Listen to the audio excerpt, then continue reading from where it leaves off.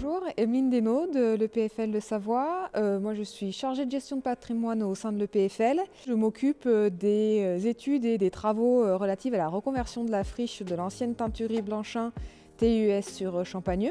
Bonjour, je suis Philippe Pourchet, je suis le directeur général de l'EPFL de la Savoie depuis sa création en 2006. Nous sommes ici sur la commune de Champagneux, dans l'avant-pays savoyard, dans le site de l'ancienne teinturerie Blanchin, qui avait été repris par une autre structure qui s'appelait TIES, que pour ma part j'ai vu en activité en 2014, puisque j'avais été alerté par les élus de la commune de Champagneux sur la difficulté économique de la gestion de ce site, et les élus avaient bien pensé qu'on risquait d'avoir des difficultés pour l'occupation de ces bâtiments. Tout le site ne sera pas démoli. Une partie des bâtiments qui sont structurellement encore en bon état sera conservée. Seuls seront retirés les éléments secondaires à l'intérieur dégradés ainsi que les matériaux amiantés. Et une seconde partie du site qui est vraiment détériorée, dont le bâtiment dans lequel je suis, est voué à la démolition car ils ne peuvent pas être réutilisés en l'état.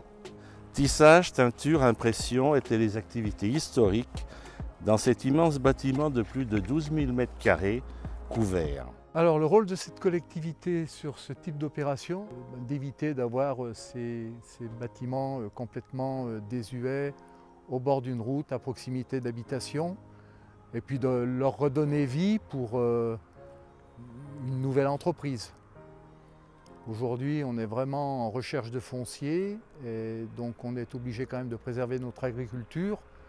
Et l'idée de reprendre et de remettre en état ces bâtiment s'inscrit tout à fait dans ce process. Nous avons eu un incendie dans ce bâtiment-là, puisque les intrusions successives ont fait que ce qui était à craindre s'est avéré en 2019 un incendie majeur sur le bâtiment, principalement derrière moi et d'autres, qui de fait ne pouvaient plus être repris pour une activité quelle qu'elle soit. Donc nous avons une partie du site aujourd'hui qui est en état de reprise potentielle et une partie qui sera démolie. Nous avons sollicité dans le cadre du plan de relance de l'État des subventions, puisque nous avons entre-temps eu la demande de la collectivité pour acheter l'entreprise, ce que nous avons fait à la fin de l'année 2021. Puisqu'on a trouvé un accord définitif avec le liquidateur. Et donc les subventions que l'on a déposées auprès du Fonds Friche et auprès de la région, de l'ordre de 650 000 €, nous permettent aujourd'hui d'engager le désamiantage de la partie, encore une fois derrière moi, qui sera démolie, et de construction de ces bâtiments-là, et en même temps la remise en état potentielle par un porteur de projet du reste du site, qui permettra une activité industrielle de nouveau sur cet ensemble.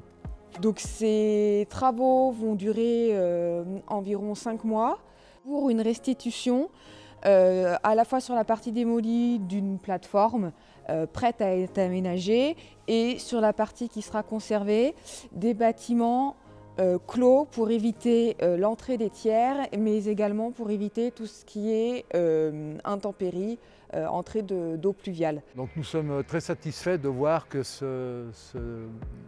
cette zone va reprendre une nouvelle vie. La démolition de tous ces vestiges permet enfin d'y voir clair. Une verrue à l'entrée de la commune a disparu, des activités vont pouvoir reprendre. C'est une grande page qui se tourne. Il aura fallu 8 ans. Un grand merci à l'EPFL.